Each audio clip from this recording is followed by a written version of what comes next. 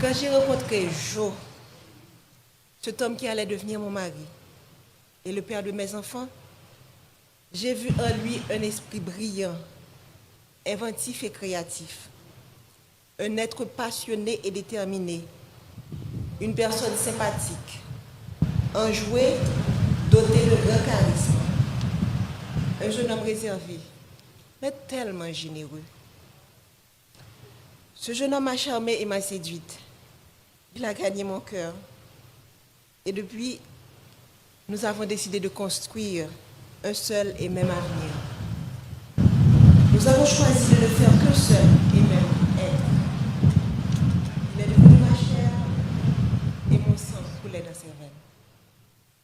Il est devenu mon hymne et moi, son orchestre.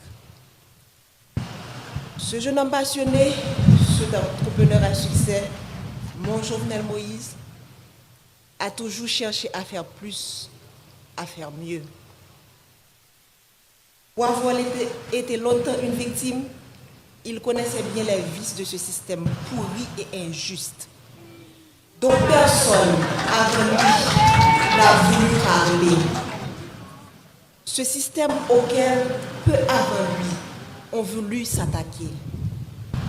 Alors il a décidé de se lancer dans cette bataille pour le changement. Il s'est retrouvé du jour au lendemain avec tout le système en bloc en face de lui. Il a été traité de tous les noms, sous l'anonymat des réseaux sociaux, derrière la toute-puissance des micros et la pointe des stylos vendus à prix d'or, caché sous des titres ronflants dont il s'affuble. Expert S-mensonge, consultant en génération de problèmes, technicien du chaos, politicien miséreux et si misérable. Chacun s'est voulu plus créatif que l'autre. J'entendais des adjectifs associés au nom de l'homme de ma vie et j'avais du mal à m'imaginer que la folie du pouvoir, la vulnérabilité économique, l'envie pouvaient conduire à autant de méchanceté. Mais aussi était préparé. La famille savait que le combat de Jovenel Moïse nous vaudrait toutes les turpitudes. Ce à quoi nous n'étions pas préparés.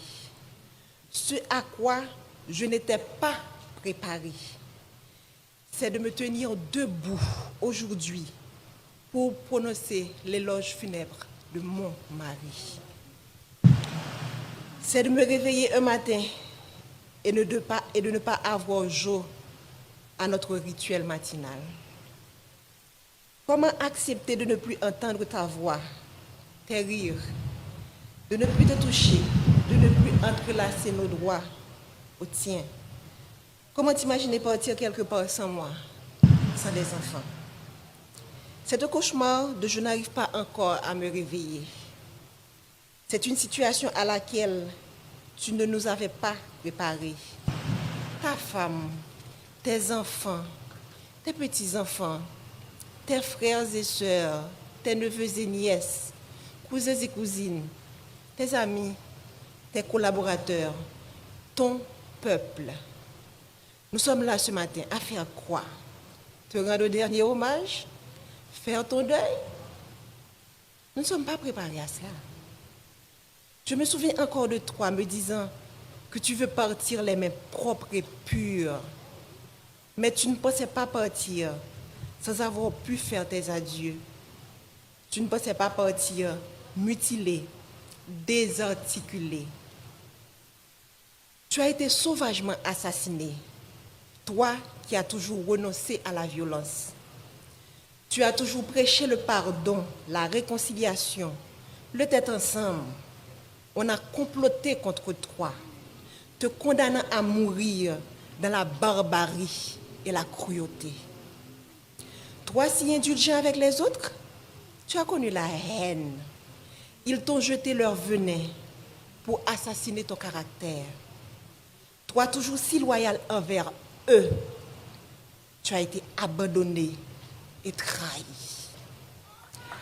Ton assassinat a mis à nu leur haine, leur laideur et leur lâcheté. Quel crime as-tu commis pour mériter un tel châtiment? Toi dont le plus grand péché a été d'aimer ton pays, défendre les plus faibles, les plus vulnérables, les plus opprimés, les sans voix contre l'avarice des uns et la cupidité des autres. Est-ce un crime? Vouloir libérer l'État des griffes d'oligarques corrompus, est-ce un si grand méfait? Pourquoi vouloir électrifier son pays provoque autant de haine et de violence? Quand combattre la corruption est-il devenu un délit? Pourquoi vouloir démocratiser le crédit est un péché? Comment lutter pour l'égalité des chances d'accéder à la fonction publique est devenu condamnable? Sœurs et frères, haïtiennes, haïtiens, si vous croisez les bras, regardez les bourreaux, le sang ne cessera de couler. Aujourd'hui, c'est Jovenel Moïse.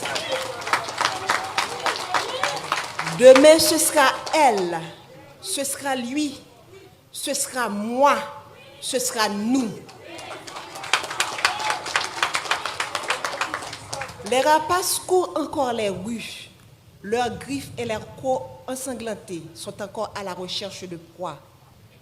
Ils ne se cachent même pas. Ils sont là à nous regarder, à nous écouter, espérant nous faire peur. Leur soif de sang ne s'est pas encore étanchée. Mais Jovenel nous a montré le chemin. Il nous a ouvert les yeux. Alors, ne laissez pas se verser en vain le sang de notre président. Crions justice! Crions justice! Crions justice! Nous ne voulons ni vengeance, ni violence. La violence amène la violence, répétait souvent le Jovenel Moïse, le président. Nous ne céderons pas non plus à la peur. La peur engendre la peur, disait-il toujours. Nous allons les regarder droit dans les yeux, comme Jovenel Moïse les aurait fixés. Et nous allons leur dire, c'est assez.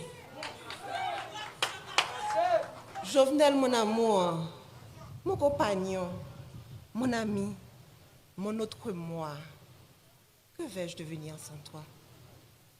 Comment me résoudre à vivre sans toi? Ces pleurs qui inondent mon cœur, ces larmes dans lesquelles mon âme se noie, quand viendras-tu les sécher?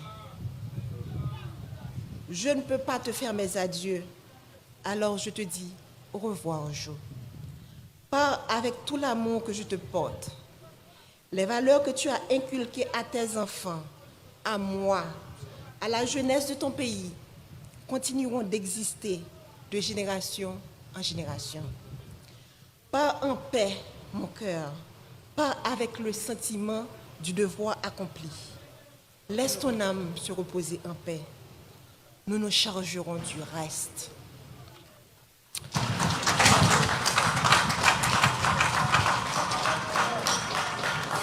Aksem haïtien qui vivent dans 4 coins pays, dans la diaspora, nous-mêmes qui venons supporter la famille dans un moment difficile, nous disons merci en pile.